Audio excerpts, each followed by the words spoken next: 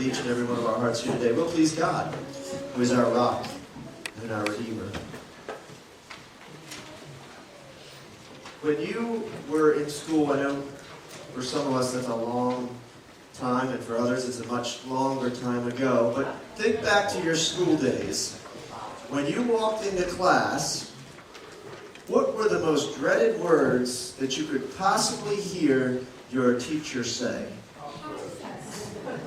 Take out your pens and papers, right? Pop quiz, right? Well, take out your pens and paper. It's pop quiz time. You're a sick person.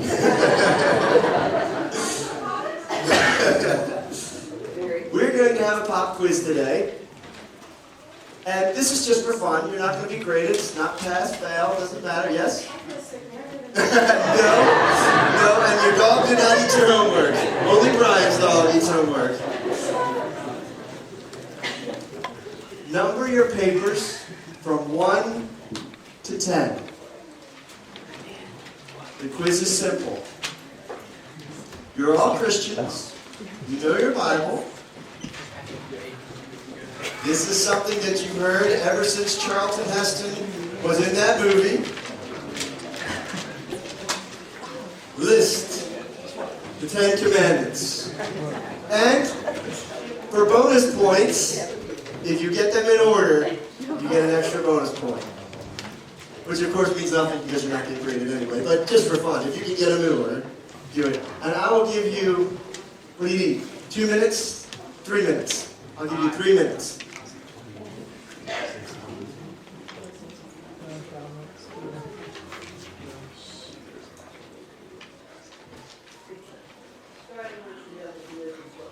Not open book. Not yet. You've had how many years to study? And I bet many of you wait till the last minute to cram if you're like me.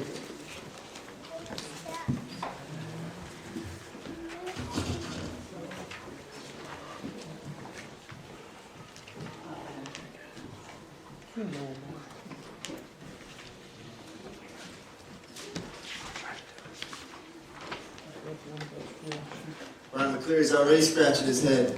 I think he only got down to about number 3.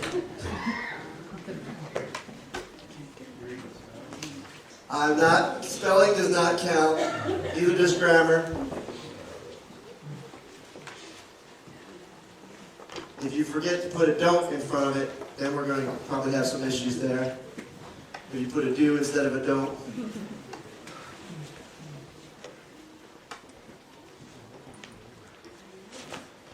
Need a couple more seconds? I see a bunch of heads are still down, so I'll give you another 30 seconds.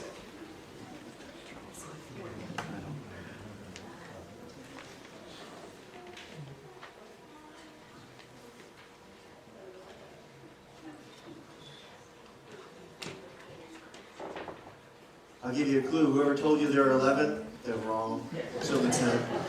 Ever saw this is the 11th commandment? There's not. What's that? 9, they're wrong too.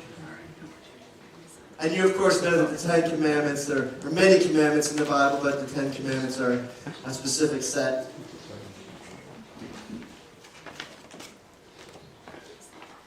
Who got 50%? Who got 50%? Got 50%? More than 50%? Or just 50%? Just 50%. 60%? Of course, that means 6 out of 10, right? Everybody understands that? Yeah, we can have Mary up here to explain that afterwards if we need to. 70%? 80%. I see one hand for 80. 2 hands for 80%. That's good. 90%? Oh, I see a bunch of hands coming up for 90%. Wow, that's good. Anybody get all 10? Maynard. Oh, Maynard's put on the spotlight by Linda. Nobody got 100%. You know, it's funny because I was watching an evangelist. He was a street evangelist, and he used this as a technique to get people on the street to enter into dialogue. And he would ask them, about, why they were going to heaven. They said, because I'm good. He said, why are you good? I do good things. I obey the commandments. I obey the 10 commandments. He said, what are they? And nobody on the street could list them. They got usually 3 or 4. In my karate class, I asked them, the first student got 4, the second student got 5, and some of them weren't even the same ones as the first student, so that was kind of funny. Didn't pick up and go with it. Let's check. Andrew, you're in charge now, and you've got the 10 commandments listed up. What's our first commandment? No other gods. I am the Lord your God who brought you up out of Egypt. Thou shalt have no other gods before me. All right? Second commandment. No idols. A lot of people confuse these two. But the second commandment is do not make any graven image and worship that image. But it's different than worshiping other gods because we know that many people worship other gods but don't believe in idols. Right? They worship other gods. Allah is another god, and they worship him. But they're very strict in Islam about not making idols. But they're still worshiping another god. So no other gods, no idols. How about number 3? Don't misuse God's name. Don't use the Lord's name in vain. Right? How about 4? Keep the Sabbath holy. Anybody forget that one? You forgot that one. What are you doing? You're here in church on Sunday. You forgot number 4. Okay. All right, number 4. Let's see what number 5 is. Honor parents. I'm sure that everybody who is a parent remembered this one, right? Any parents forget this one? That's good. How about 6? No murder. I think probably most people remember the next couple. 6, 7. No adultery. 8. No stealing. Good. Number 9. Don't lie. Don't bear false witness. Okay. Number 10. Don't covet. Anybody get them in order? All 10 in order. Nobody. Not a single person got the 10 in order. We're talking about the 10 commandments, which occur first in Exodus chapter 20. And Andrew, you can leave them up there just for the rest of the sermon, just for people to have it in the background. But as we read through the Bible, I know many of you are reading along with me through the Bible in the year chronologically. Exodus chapter 20 was one of the passages that we read this last week. And Exodus chapter 20 contains the 10 commandments. In my ongoing effort to try to be in touch with that reading, I'm going to be pulling out some passages from our reading and preaching on them. Now, I'm not going to preach on all 10 commandments, because you can imagine if I preached just 2 or 3 minutes on each of the 10 commandments without an introduction or a conclusion, that's going to be a long sermon. So I had to choose just one of the 10 commandments to preach on. And that was very difficult because many of the commandments have very interesting nuances or facets that you have to explore and can talk about for quite a while. And I can do a whole sermon series on the 10 commandments, either a few weeks or several weeks, where we talk about each of the commandments. But I'm just going to do one, and I just chose one today, and I chose number 5. I chose number 5 because number 5 kind of acts as a transition. If you notice the first 4 commandments, discuss and guide us in our relationship with God. They talk about how it is that we are to relate to God, right? We're not supposed to worship other gods and make images, right? We're supposed to remember the Sabbath day and not misuse His name. Each of these things are aspects of how we worship God. Now look at 6 through 10. 6 through 10 has to do mostly with our relationship with the broader community. I mean, it applies to our individual family as well, but it deals with our broader community. We're not supposed to steal from them, murder them, commit adultery with our neighbors' wives, or we're not supposed to bear false. So it's telling us how is it that we are to relate to our community. Number 5 is a transition between how we relate to God and how we relate to our community. It's much smaller than our broad community. It's our family unit.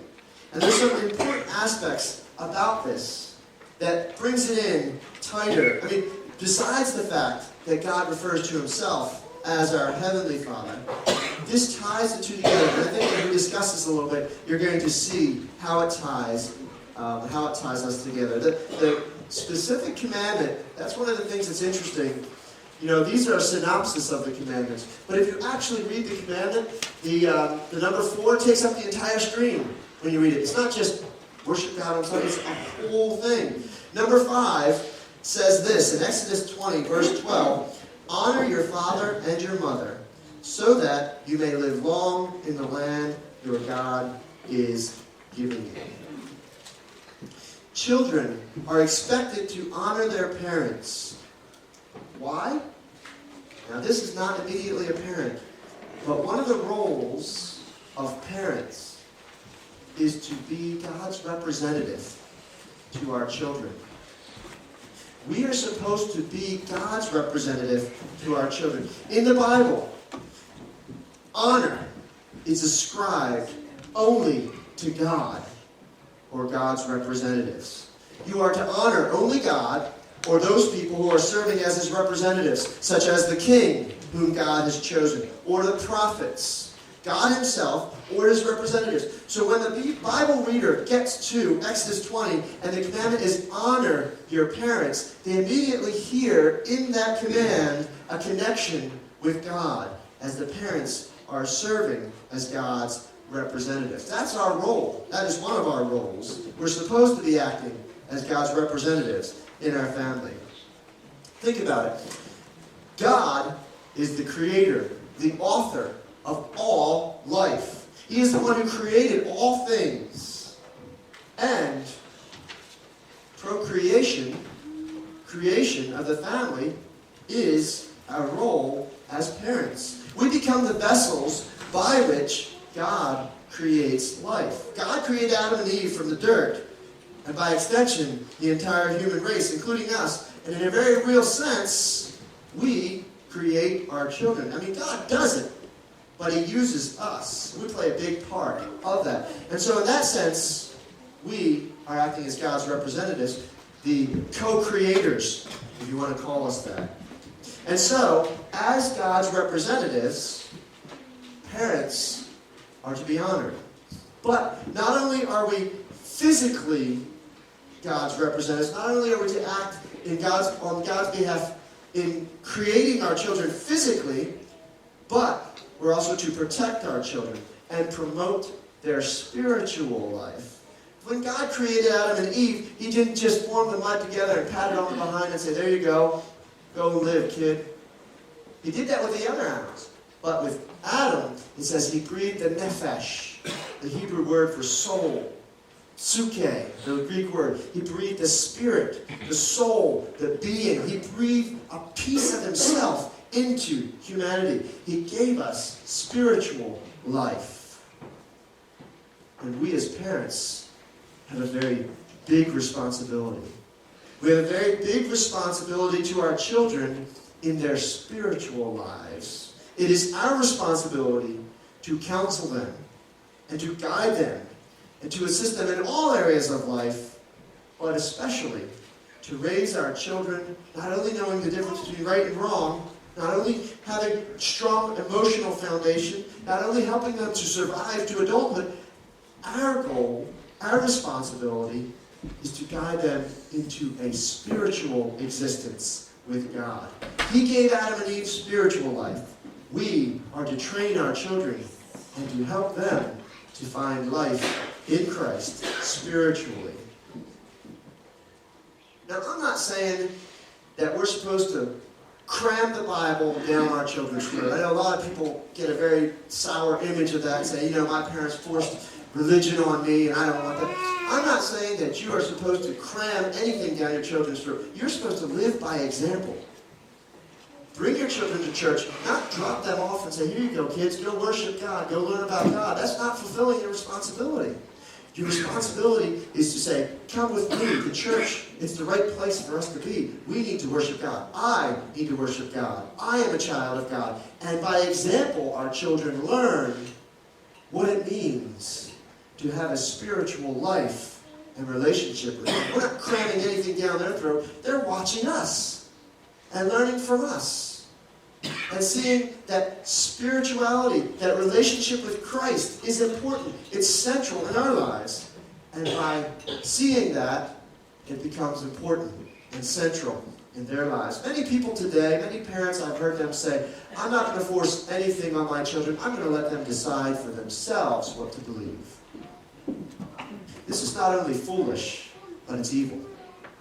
Because children need guidance. And when you say, I'm not going to force my children, what a lot of parents are saying is, I'm too lazy to teach them. I am not